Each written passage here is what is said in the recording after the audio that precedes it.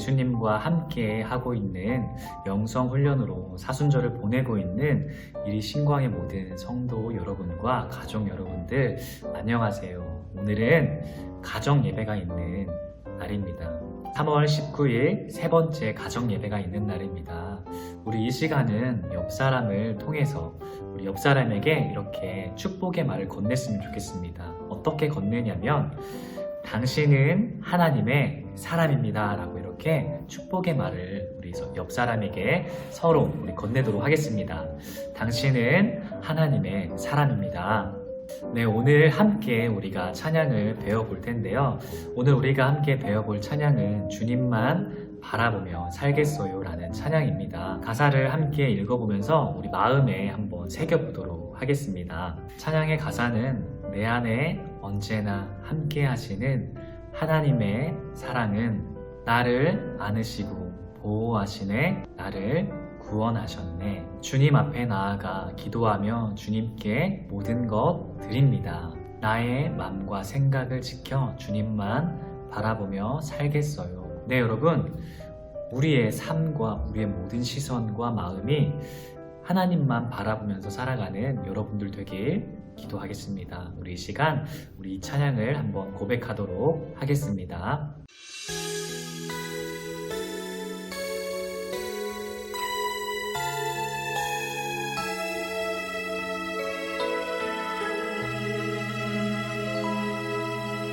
내 안에 언제나 함께 하시는 하나님의 사랑은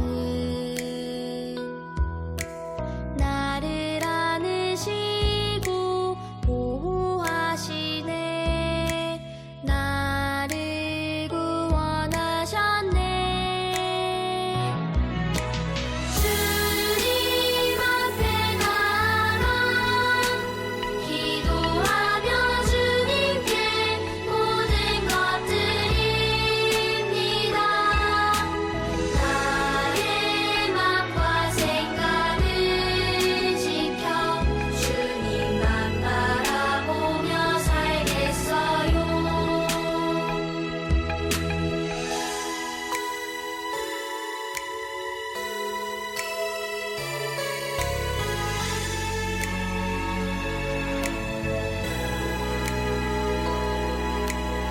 내 안에 언제나 함께 하시는 하나님의 사랑은 나를 안으시고 보호하시네, 나를 구원하셨네. 주님 앞에 나가 기도하며 주님께 모든 것 드립니다. 나의 마음과 생각을 지켜 주님만 바라보며 살겠어요. 주님만 바라보며 살겠어요. 오늘 하나님께서 우리에게 주신 말씀은 로마서 8장 1절에서 17절 말씀입니다. 우리가 읽을 성경은 쉬운 성경의 버전 성경입니다. 가정 안에서 한글을 읽지 못하는 아이가 있다면 부모님께서 같이 함께 읽어주시기 바라겠습니다. 그러므로 이제 그리스도 예수 안에 있는 사람은 정죄를 받지 않습니다. 그것은 그리스도 예수 안에서 생명을 주시는 성령의 법이 죄와 사망의 법에서 여러분을 해방시켰기 때문입니다. 율법이 죄의 본성 때문에 연약하여 할 수 없었던 것을 하나님께서는 죄를 없애기 위해 자신의 아들을 죄 있는 사람의 모양으로 보내심으로써 행하셨습니다. 하나님께서는 죄인들 속에 거하고 있는 죄에 대해 유죄 판결을 내리셨습니다. 이렇게 하여 죄의 본성에 따라 살지 아니하고 성령에 따라 살고 있는 우리에게 율법의 의로운 요구들이 완벽히 이루어졌습니다. 죄의 본성을 따라 사는 사람들은 죄의 본성이 바라는 일을 생각하지만 성령을 따라 사는 사람들은 성령이 바라시는 일을 생각합니다. 죄의 본성의 지배를 받는 사람의 생각은 죽음이지만 성령의 지배를 받는 사람의 생각은 생명과 평강입니다. 죄의 본성이 생각하는 것은 하나님을 거스르는 것입니다. 그것은 하나님의 법에 복종하지 않을 뿐 아니라 할 수도 없습니다. 죄의 본성의 지배를 받는 사람은 하나님을 기쁘시게 할 수 없습니다. 그러나 하나님의 영이 여러분 안에 계시다면 여러분은 죄의 본성의 지배를 받지 않고 성령의 지배를 받게 됩니다. 누구든지 그리스도의 영이 없는 사람은 그리스도에게 속한 사람이 아닙니다. 반면 그리스도께서 여러분 안에 계시다면 여러분의 몸은 죄 때문에 죽은 존재이지만 여러분의 영은 의 때문에 살아 있습니다. 예수님을 죽은 사람들 가운데서 다시 살리신 분의 영이 여러분 안에 살아계시면 여러분 안에 계신 그분의 영으로서 여러분의 죽을 몸도 살리실 것입니다. 그러므로 형제 여러분, 우리는 빚을 지은 사람들입니다. 그러나 죄의 본성을 따라 살아야 하는 죄의 본성에 비친 사람이 아닙니다. 죄의 본성에 따라 산다면 여러분은 죽을 것입니다. 그러나 성령의 도우심을 받아 몸의 악한 일을 죽인다면 여러분은 살 것입니다. 왜냐하면 하나님의 영으로 인도받는 사람들은 누구나 하나님의 자녀이기 때문입니다. 여러분이 받은 성령은 여러분을 다시 두려움에 이르게 하는 노예로 만드는 영이 아니라 여러분을 하나님의 자녀가 되게 하는 영이십니다. 그래서 우리는 그 성령을 의지하여 아바 아버지라고 부를 수 있는 것입니다. 성령께서는 친히 우리의 영과 함께 우리가 하나님의 자녀라는 것을 증언합니다. 자녀라면 또한 상속자이기도 합니다. 우리는 하나님의 상속자이며 또한 그리스도와 공동의 상속자입니다. 그래서 우리는 그리스도께서 누리시는 영광에 참여하기 위해 그분이 겪으신 고난에도 참여하는 것입니다. 아멘. 오늘 말씀의 주제는 구원의 확신과 승리입니다. 오늘 본문 말씀의 내용은 칭의에 관한 내용입니다. 칭의는 무엇보다도 하나님과 우리 사이의 화목을 말하고 있습니다. 예수님께서 이 화목의 제물이 되어주셔서 하나님과의 우리의 관계가 화목을 이루었다고 말하고 있습니다. 우리는 하나님 앞에 나아갈 수 없는 관계이지만 예수님으로 인하여서 우리가 하나님 앞에 나아갈 수 있는 화평의 이 관계를 얻었다라고 말하고 있습니다. 그래서 현재 우리가 하나님과의 관계를 통해서 기쁨을 누리고 살아가고 있는지 우리의 상태를 점검해 봐야 됩니다. 우리가 이 본문 말씀을 통해서 두 가지를 살펴볼 건데 첫 번째는 나 자신을 버리지 말자입니다. 본문 말씀 1절을 보게 되면은 그러므로 이제 그리스도 예수 안에 있는 자에게는 결코 정죄함이 없다라고 이렇게 말하고 있습니다. 우리가 매일매일 살아가다 보면은 우리의 손가락으로 사람을 정죄하고 판단하는 그런 우리의 연약함의 본성이 드러나게 됩니다. 그런데 우리는 하나님을 믿는 자녀들은 정죄할 필요도 없고 정죄를 해서도 안 됩니다. 이 정죄라는 단어를 다른 말로 살펴보게 되면은 버림을 받는다는 뜻입니다. 우리의 모습을, 우리의 내면을 살펴보게 되면은 우리는 죄인이라는 거예요. 그런데 예수님께서도 나를 정죄하지 않으십니다. 그래서 우리도 남을 정죄해서는 안 됩니다. 그것은 내 자신을 버리는 행위입니다.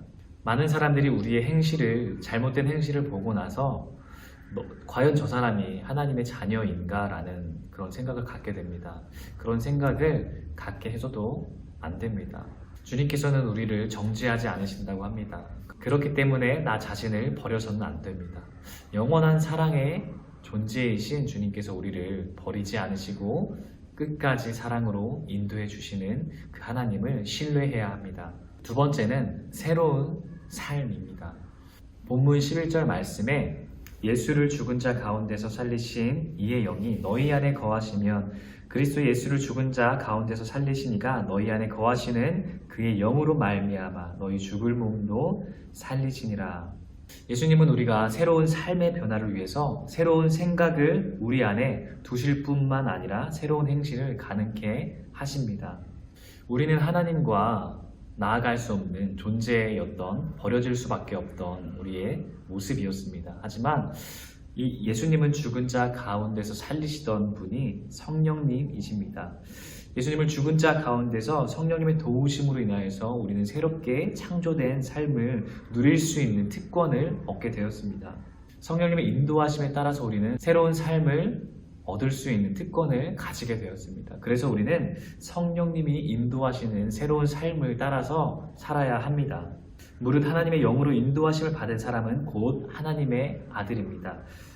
하나님의 영으로 우리는 인도하심을 받고 살아가야 되는 우리의 모습입니다. 우리가 하나님의 자녀된 이 특권을 누리는 우리의 모습은 하나님의 통치하심 아래 하나님의 다스림을 우리가 받으면서 살아가야 된다는 것입니다. 이 하나님의 다스리심을 우리가 거부한다면 우리는 하나님의 자녀가 될 수 없습니다. 우리의 삶의 목적이 세상에 소망을 두면서 살아가는 것이 아니라 하나님께서 하나님의 나라를 이루고 하나님의 자녀된 우리의 모습에 그 소망을 두고 살아가야 한다는 것입니다. 우리의 삶은 성령님께서 인도하시는 삶입니다. 그 삶 안에서 우리가 어려운 환경과 역경과 고난이 있을지라도 그 하나님을, 그 성령님을 우리가 믿으면서 신뢰함으로 살아가길 바라도록 하겠습니다. 여러분, 오늘 이 본문 말씀을 통해서 두 가지의 질문을 가지고 우리가 함께 나눠보도록 할 건데요. 첫 번째 질문은 우리가 살아가면서 교회가 됐던 가정이 됐던 우리 삶의 그 모든 영역 안에서 내가 손가락질로 남을 판단하고 있는지, 남을 정죄하고 있는지 이것을 한번 나눠봤으면 좋겠습니다. 이 나눔을 통해서 내가 잘못된 삶을 살아가고 있다면, 잘못된 행실 속에 살아가고 있다면 우리가 회개함으로써 다시 주님 앞에 겸손한 마음을 가지고 하나님께서 원하시는 방향으로 살아갈 수 있도록 그렇게 우리가 서로의 연약한 점을 우리가 나누도록 하겠습니다. 두 번째 질문을 나누도록 하겠습니다. 두 번째 질문은 우리가 성령님 안에서 하나님의 자녀된 특권을 누리고 하나님의 나라를 소망하면서 살고 있는가에 대해서 우리가 나눠보도록 하겠습니다. 어려운 질문일 수도 있겠지만 우리가 정말 하나님의 이 은혜 안에서 기쁨을 누리고 살아가고 있는지 그것을 점검하면서 우리의 모습의 상태를 함께 나눠봤으면 좋겠습니다. 네, 여러분, 우리가 이 시간 나눔을 통해서 서로의 우리의 연약함을 나눴습니다. 그 나눔을 통해서 하나님께서 함께 하시고 우리의 마음을 위로하셨습니다. 하지만 우리가 정말 진정으로 더 원하는 것이 있을 거예요. 우리가 서로에게, 부모님은 자녀에게 듣고 싶은 말이 있을 겁니다. 또 자녀들은 부모님에게 듣고 싶은 말이 있을 거예요. 그것을 서로에게 말하면서 서로에게 격려의 말을 해주었으면 좋겠습니다. 네, 어색하더라도 우리가 이렇게 서로의 말을 통해서 우리의 가정이 화목해질 것입니다. 그리고 또 한 가지 나누고 싶은 것이 있는데 우리가 하나님께 듣고 싶은 말이 있을 겁니다. 우리가 이 시간은 눈을 감고 하나님께서 내가 듣고 싶은 말이 무엇인지 한번 묵상해보고 하나님께서 나에게 어떻게 말씀하시는지 한번 들어보도록 하겠습니다. 하나님께서는 분명히 여러분의 마음을 통해서 한 명 한 명에게 말씀하셨을 것입니다. 착하고 충성된 종아, 아주 잘하고 있다. 내가 너의 모든 것을 다 보고 있다. 내가 너와 함께 하고 있다. 나의 사랑하는 아들아, 나의 사랑하는 딸아, 내가 너와 함께 하고 있다. 내가 너를 정말로 사랑하고 있다. 이런 수많은 하나님의 음성이 분명히 우리 안에 있을 것입니다. 이렇게 우리가 예배를 통해서 하나님과의 관계 속으로 더욱더 깊은 교제의 삶을 누리는 여러분의 삶이 되길 기도하도록 하겠습니다. 네, 여러분, 오늘 가정 예배를 찍은 사진을 우리 양선영 목사님 전화번호로 꼭 사진과 영상을 보내주세요. 가정별로 5가정을 추첨해서 상품을 드리도록 하겠습니다. 자, 여러분, 이제 가정 예배를 마치고 기도를 할 텐데요. 오늘 기도의 순서는 가장 나이가 어린 사람이 기도를 하고 마치도록 하겠습니다. 그러면 가장 나이가 어린 사람은 자리에서 일어나서 기도하도록 하겠습니다. 네, 이제 다음 주 가정 예배 때 만나도록 하겠습니다. 한 주 동안도 주님만 바라보면서 살아내는 여러분들 되길 기도하겠습니다.